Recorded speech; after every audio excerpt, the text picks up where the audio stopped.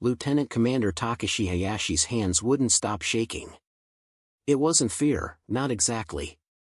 It was something far worse, the sudden, crushing realization that everything he'd been told for the past 3 years was a carefully constructed lie.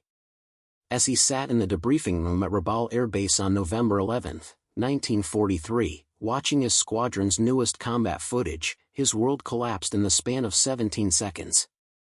Before we jump back in, tell us where you're tuning in from, and if this story touches you, make sure you're subscribed, because tomorrow, I've saved something extra special for you.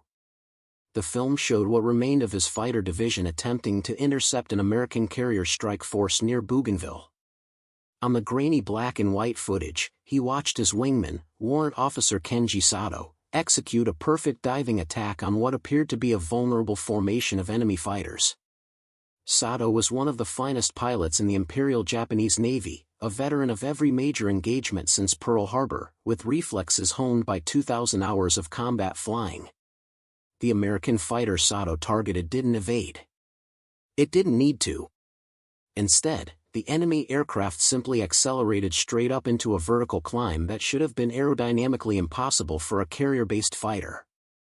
Sato's Zero, already at the edge of its performance envelope, couldn't follow.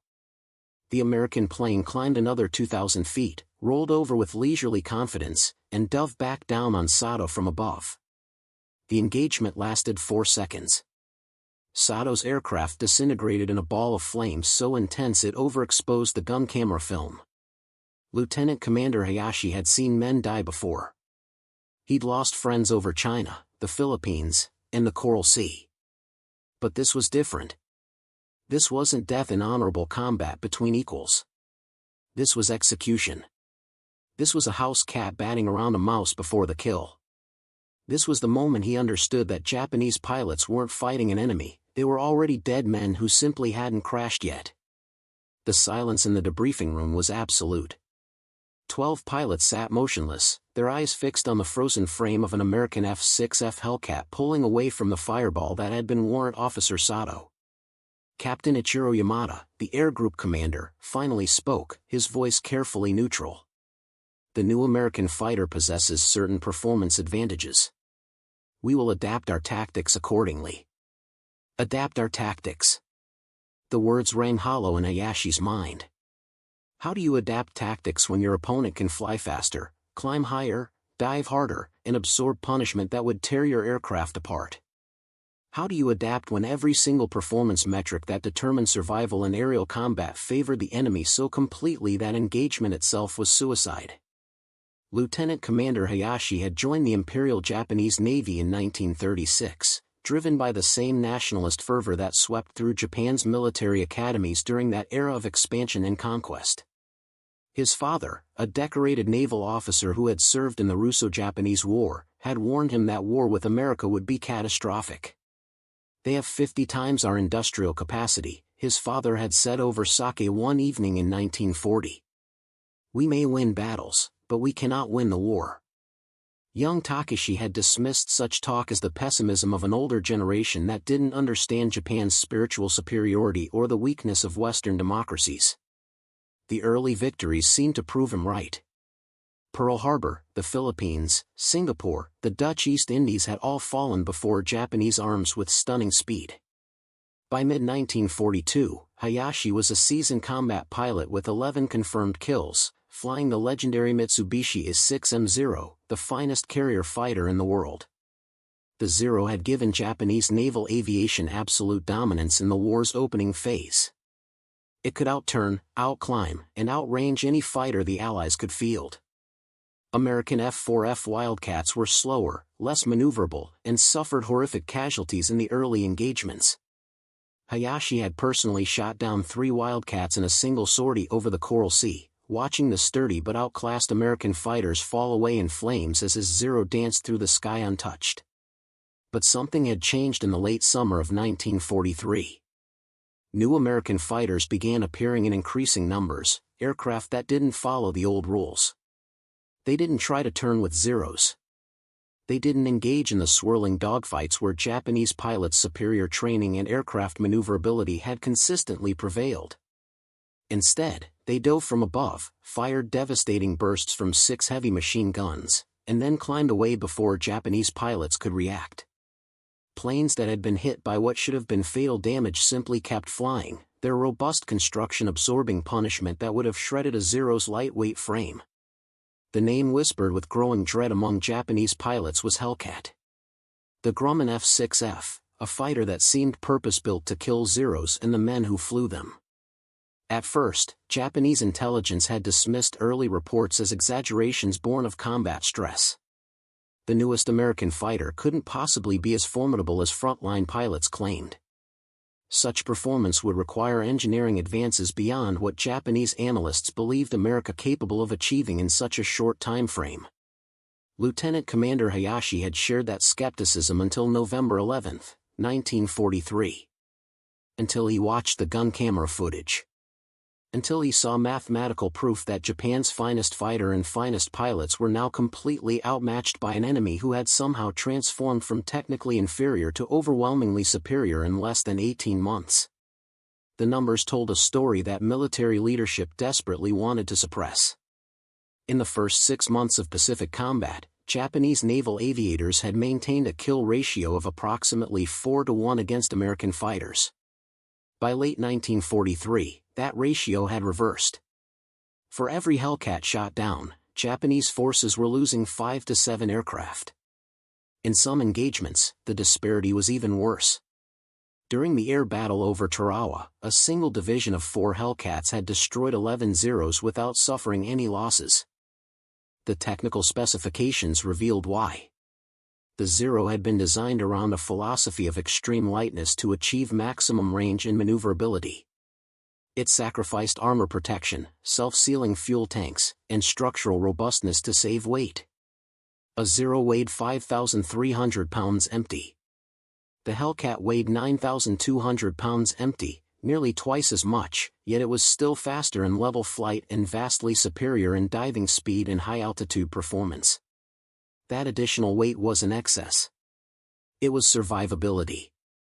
The Hellcat featured armor plating protecting the pilot from behind and below.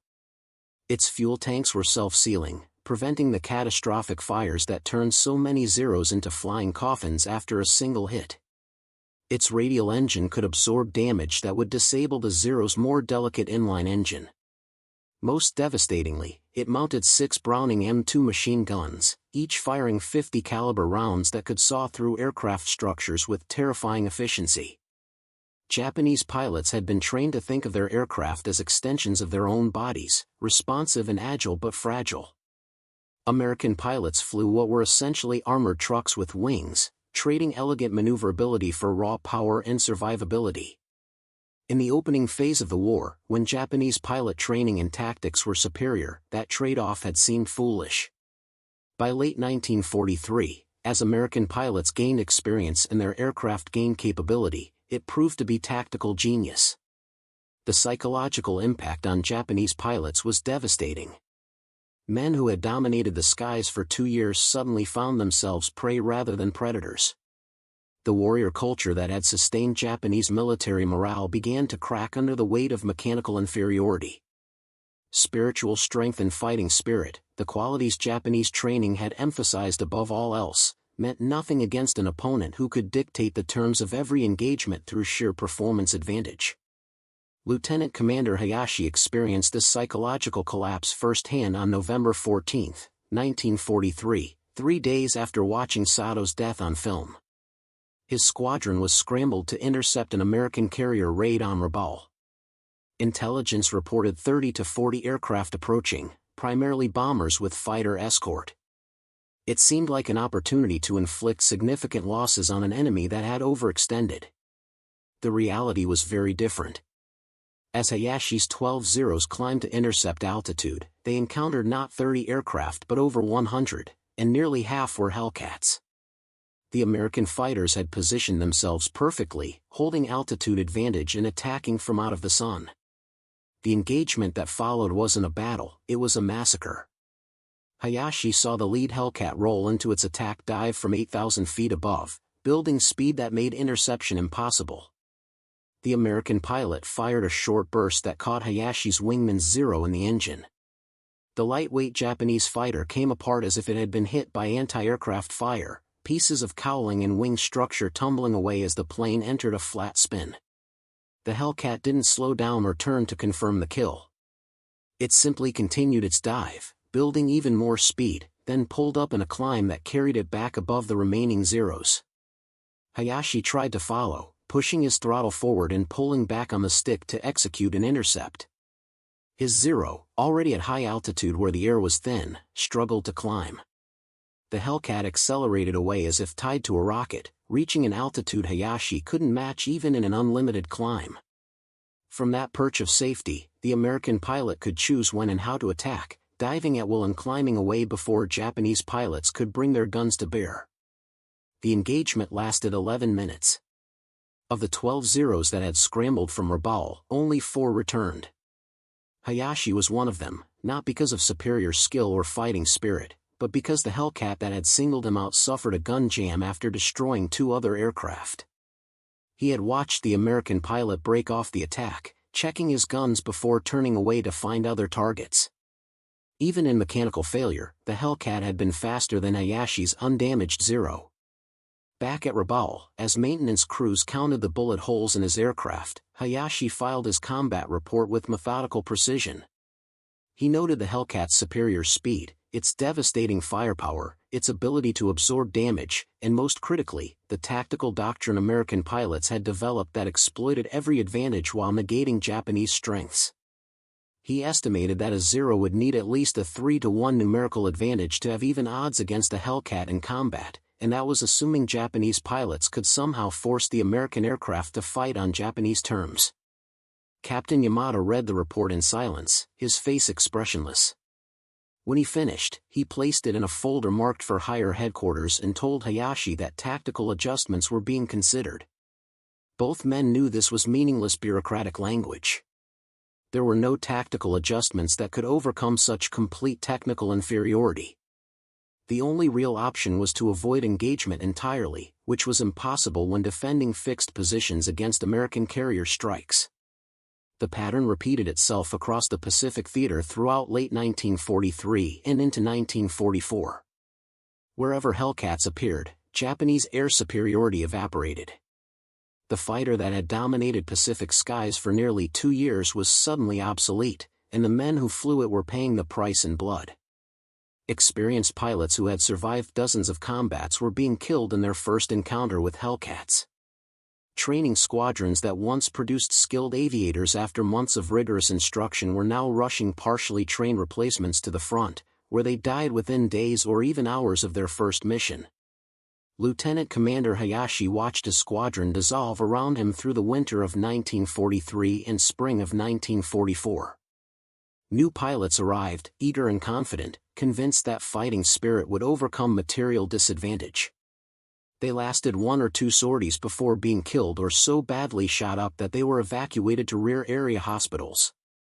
The veterans, those who had survived long enough to understand what they faced, developed a fatalistic gallows humor. They called themselves the living dead, men who were already casualties but hadn't yet crashed. The technical gap was widening rather than narrowing. Intelligence reports revealed that America was producing Hellcats at a rate of over 500 per month, while Japanese aircraft production struggled to replace losses.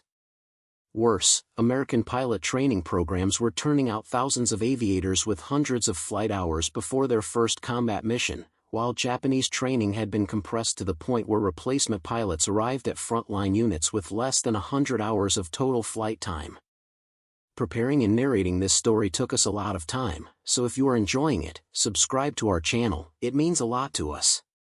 Now back to the story. Quality, quantity, and capability all favored the enemy so completely that continued resistance seemed not just futile but actively suicidal. Yet the orders kept coming. Intercept the enemy. Defend the base. Attack the carriers. Each mission brief was essentially a death sentence delivered in bureaucratic language, and each pilot who flew out knew the statistical likelihood of return was diminishing with every sortie. The breaking point for Hayashi came during the defense of Truk in February 1944. American carriers launched a massive raid designed to neutralize Japan's most important forward base in the Central Pacific. Hayashi led 8 Zeros against an attacking force that included over 30 Hellcats. The Americans had learned to coordinate their attacks with devastating precision, using some fighters to draw Japanese defenders into unfavorable engagements while others positioned for killing dives from altitude. Hayashi watched helplessly as his formation was methodically destroyed. The Hellcats worked in pairs, one diving to attack while the other covered from above. Japanese pilots who tried to pursue the attacking fighter found themselves trapped by the covering aircraft. Those who tried to avoid engagement were run down by Hellcats that were simply faster in level flight. Within minutes, 6 of his 8 aircraft were shot down or so badly damaged they had to withdraw. Hayashi and one other pilot returned to truck to find the base in flames, having been pounded by dive bombers that had operated unmolested while the Hellcats eliminated Japanese fighter defenses. That night, sitting in what remained of the officers' quarters, Hayashi finally admitted to himself what he had been denying for months. Japan had lost the war. Not metaphorically or eventually, but actually and completely. The industrial capacity that could produce Hellcats by the hundreds, train pilots by the thousands, and launch carrier strikes with over 100 aircraft was so far beyond Japanese capabilities that no amount of courage, skill, or sacrifice could bridge the gap. His father had been right. America's 50-fold advantage in industrial capacity meant that every battle Japan won simply delayed the inevitable while bleeding resources that couldn't be replaced. The mathematics were simple and brutal.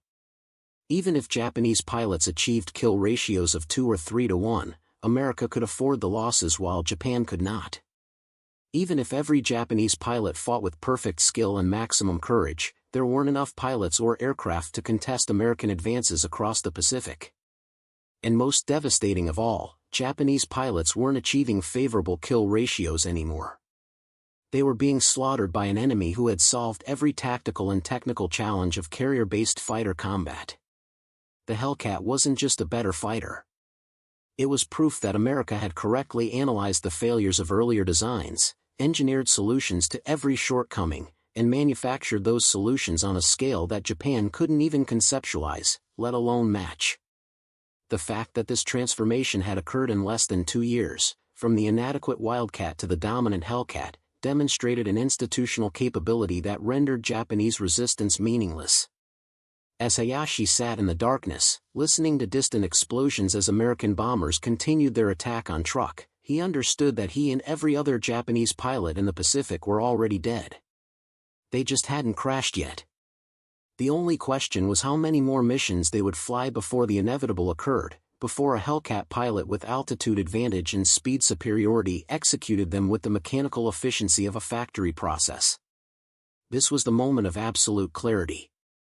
Not hope or delusion or patriotic fantasy, but cold recognition of mathematical certainty. The war was over.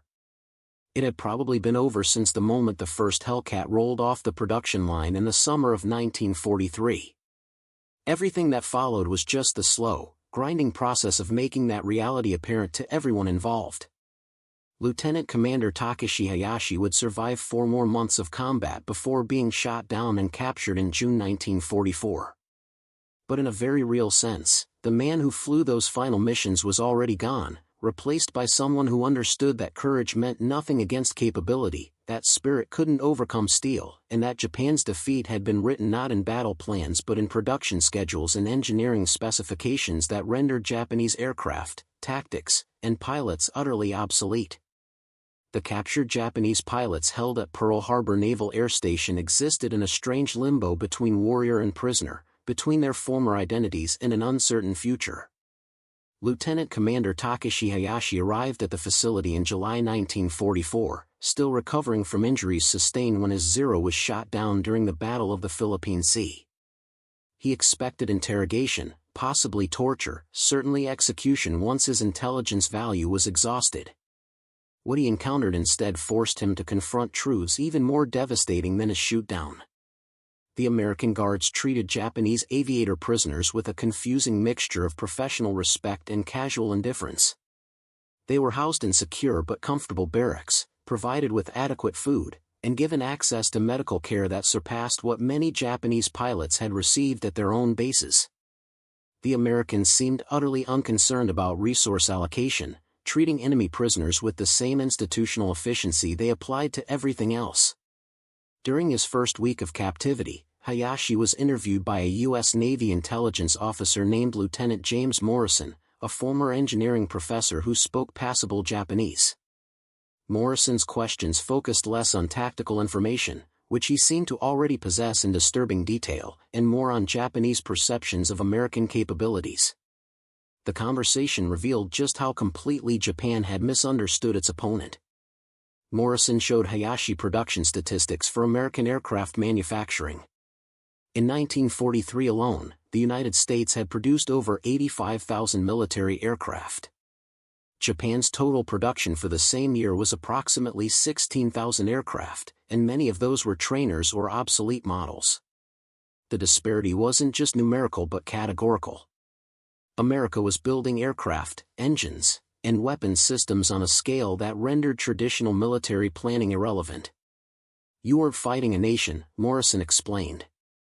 "You were fighting an industrial system that could absorb any losses and still increase production." The numbers were staggering enough, but what truly shattered Hayashi's remaining illusions was Morrison's casual revelation about the Hellcat's development timeline.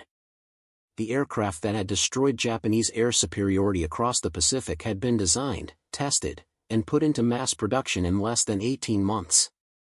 From initial concept to operational deployment, American engineers had identified every weakness in carrier fighter design, solved those problems, and manufactured thousands of aircraft incorporating those solutions.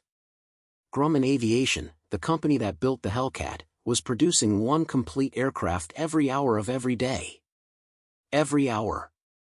While Japanese factories struggled to produce a dozen Zeros per week, American assembly lines were cranking out Hellcats with the same mechanical efficiency as automobiles. The fighter that Japanese pilots feared wasn't a masterpiece of careful craftsmanship but a mass-produced weapon designed for maximum effectiveness and ease of manufacture. Morrison explained the design philosophy with the detached enthusiasm of an engineer discussing a particularly elegant solution to a complex problem. The Hellcat was built around the most powerful engine available, then optimized for pilot survivability and ease of maintenance. Performance characteristics that Japanese designers had sacrificed for weight reduction, armor protection, self-sealing fuel tanks, robust landing gear, the Americans treated as non-negotiable requirements. The result was an aircraft that could sustain battle damage that would destroy a Zero and still return to its carrier. Even more humbling was learning about American pilot training. Morrison revealed that the average American naval aviator arrived at a combat squadron with over 300 hours of flight time, including extensive gunnery practice, formation flying, and simulated combat scenarios. By comparison, Japanese replacement pilots in 1944 were being sent to frontline units with less than 100 hours of total flight time, and sometimes as little as 60 hours. The institutional advantage wasn't just in equipment but in human preparation. The Americans had developed a systematic approach to everything. Pilot training followed standardized curricula with measurable performance objectives. Aircraft maintenance used interchangeable parts and documented procedures that allowed relatively inexperienced mechanics to keep fighters operational. Even combat tactics were studied, refined, and disseminated through formal channels that ensured lessons learned in one engagement informed operations across the entire Pacific theater. Hayashi spent long nights in the barracks discussing these revelations with other captured aviators. Many refused to believe the statistics, dismissing them as psychological warfare designed to break their spirits. But some, particularly those who had witnessed American operations firsthand, recognized the truth in what they were learning. Japan hadn't just been defeated by superior equipment but by superior systems, institutional approaches to warfare that transformed industrial capacity into overwhelming tactical advantage. One evening, Hayashi was allowed to observe American flight operations from a restricted area of the airfield. He watched as Hellcats returned from training missions, landing on runways with mechanical precision. Ground crews swarmed each aircraft immediately, refueling, rearming, and performing maintenance checks with practiced efficiency. damaged aircraft were towed to repair facilities where mechanics worked from detailed technical manuals, replacing entire engine assemblies or wing sections rather than attempting time-consuming field repairs. The contrast with Japanese operations was stark. At forward bases, Japanese maintenance crews had been forced to cannibalize damaged aircraft for spare parts, improvise repairs using whatever materials were available, and keep fighters operational through increasingly desperate measures. American ground crews simply replaced broken components with new ones pulled from seemingly endless supplies. The logistics network supporting these operations was itself a weapon more devastating than any aircraft or bomb. In September 1944, Hayashi and several other Japanese aviators were transferred to a larger POW facility in California. The train journey across America proved as psychologically devastating as any combat mission. Through the windows, he watched an industrial landscape that seemed to stretch forever. Factories, rail yards, warehouses, refineries, all operating at full capacity, producing the materials that were strangling Japan's military forces across the Pacific. At one stop, he observed a rail yard where dozens of trains sat waiting for locomotives. Each train carried military cargo, tanks, trucks, aircraft components, ammunition, all being moved with logistical efficiency that Japanese military planners could only dream about. The sheer scale of American infrastructure made Japan's industrial capacity seem almost quaint by comparison. This wasn't a wealthy nation mobilized for war. This was an economic superpower that was simultaneously prosecuting a global conflict and raising civilian living standards. The POW facility in California housed over 2,000 Japanese military personnel, including several hundred aviators. The camp was organized with military precision but operated under regulations that seemed incomprehensible to men raised in the harsh discipline of the imperial military. Prisoners received regular meals, medical care, recreational time, and even educational opportunities. The Americans treated captivity as an administrative problem to be managed efficiently rather than a moral punishment to be inflicted harshly.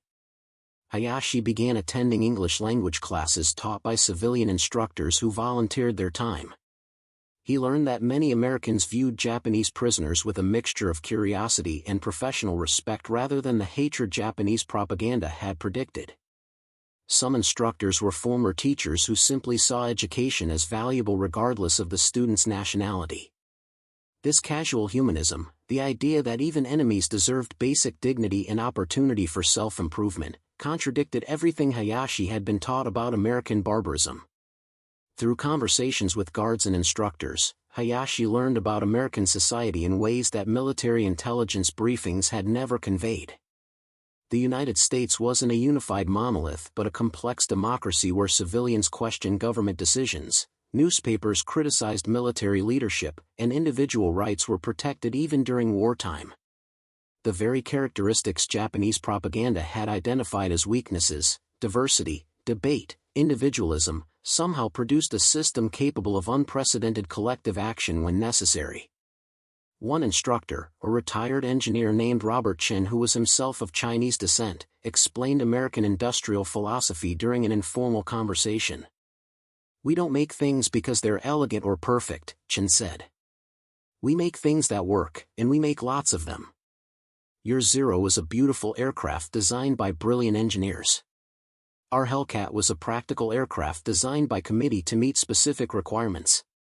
But we could build 50 Hellcats in the time it took you to build 10 Zeros, and that's what wins wars." This pragmatic approach extended to every aspect of American military operations. Japanese forces had been trained to view combat as a test of individual skill and spiritual strength, where victory came through superior technique and unwavering determination. Americans treated combat as a systems problem to be solved through superior technology, better training, overwhelming numbers, and efficient logistics.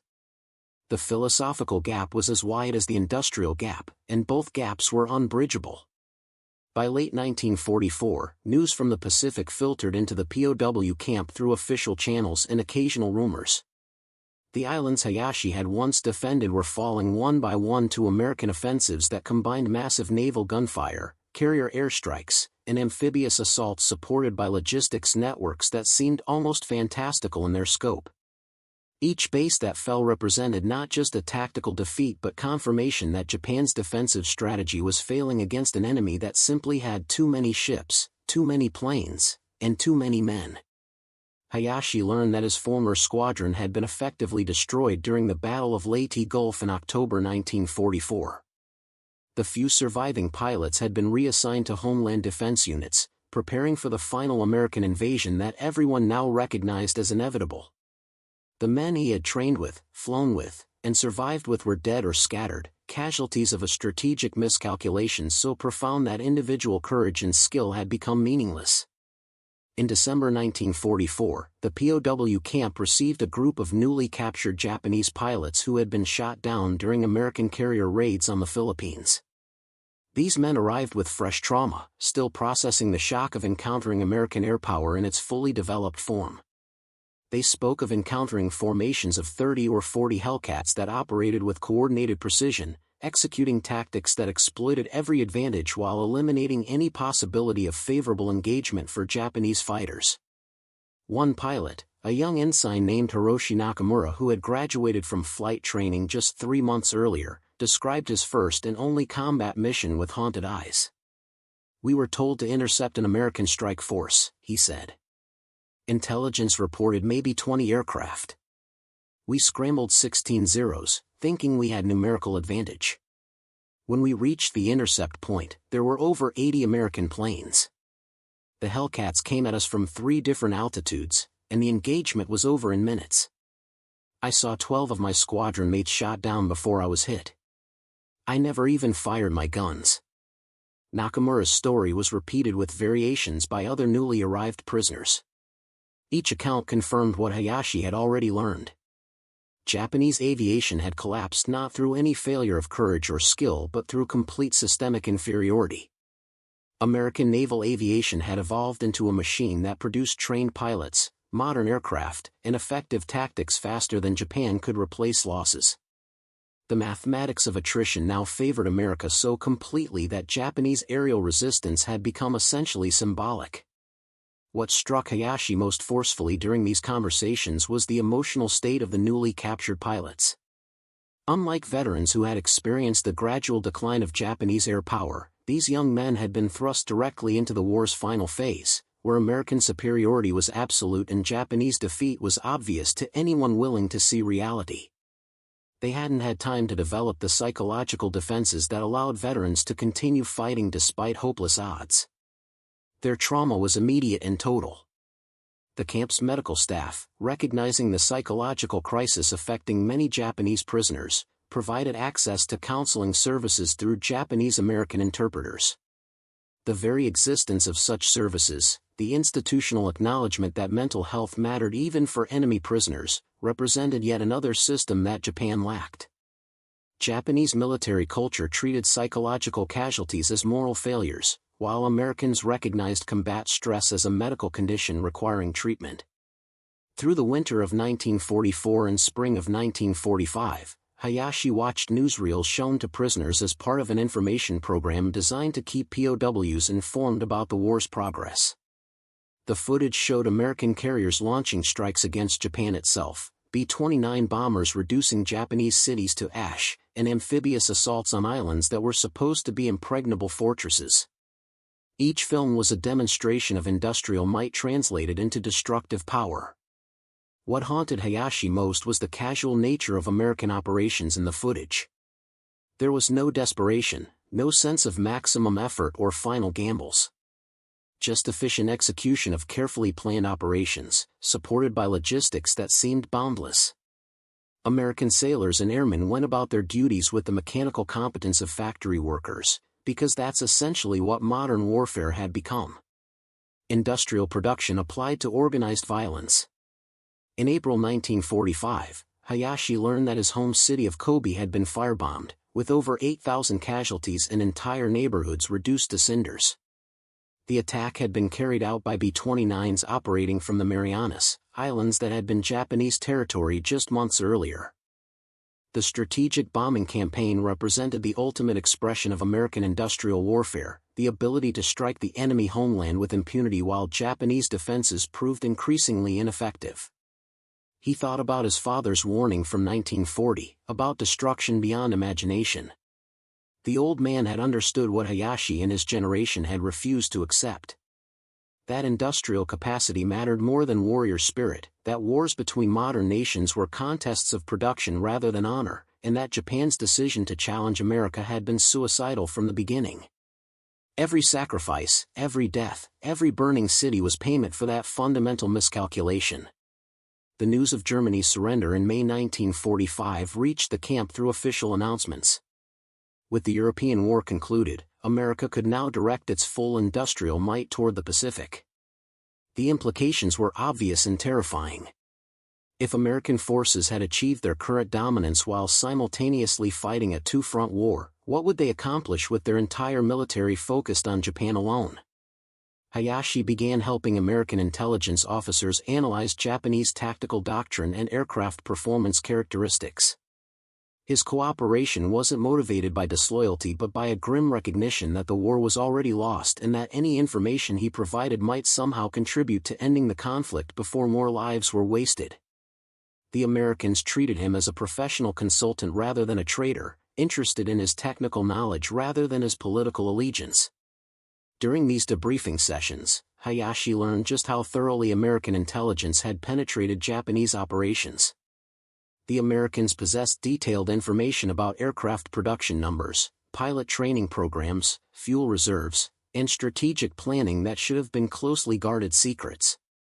The intelligence advantage complemented material advantages, creating a situation where Japan was fighting an enemy that not only had better equipment and more resources but also better information about Japanese capabilities and intentions.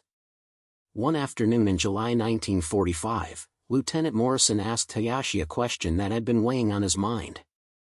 "When did you know you were going to lose?" The question was simple but profound. Hayashi thought carefully before answering. "I knew we would lose the first time I saw a Hellcat climb away from me as if my Zero was standing still," he said. "I knew with absolute certainty after I learned how many Hellcats you were building every month. The war was over before most of us realized it had begun." Morrison nodded slowly. "We studied your Zero carefully," he said. "It was a remarkable aircraft for its time, maybe the best carrier fighter in the world in 1941. But it was designed for a short war, for quick victories before American industry could mobilize. Once we had time to develop and produce aircraft like the Hellcat, the outcome was never in doubt. You weren't defeated by better pilots or tactics. You were defeated by engineering and economics."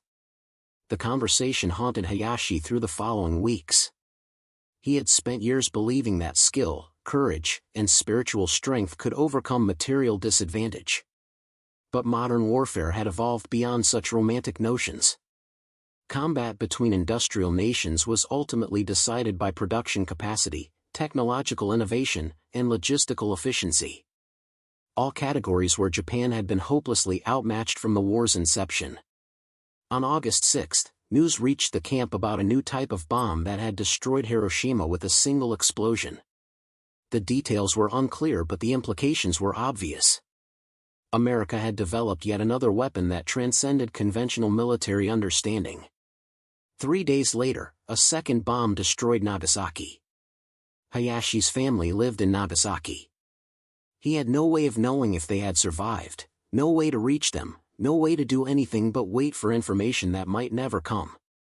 When Emperor Hirohito's surrender announcement was broadcast on August 15, the reaction among Japanese prisoners was complex and varied. Some felt relief that the bloodshed would finally end. Others experienced shame at their nation's defeat and their own survival when so many comrades had died. Hayashi felt something different, a profound sense of waste. Waste of lives, waste of resources, waste of human potential in service to a war that should never have been fought because its outcome had been foreordained by economic realities that military leadership had either ignored or failed to understand. The atomic bombs provided a convenient explanation for surrender, allowing Japanese leadership to frame the decision as a response to unprecedented weapons rather than an admission of comprehensive defeat. But Hayashi knew the truth.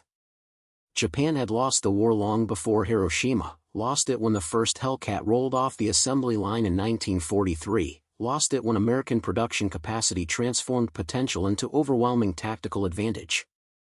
The atomic bombs simply provided a face-saving excuse for acknowledging reality. In the months following surrender, Hayashi remained at the POW facility as occupation plans were developed and repatriation procedures were established. He continued working with American intelligence officers, now helping prepare materials for the occupation forces who would soon be managing defeated Japan. The Americans were already planning reconstruction, approaching Japan's future with the same systematic efficiency they had brought to its destruction. Up next, you've got 2 more standout stories right on your screen. If this one hit the mark, you won't want to pass these up. Just click and check them out.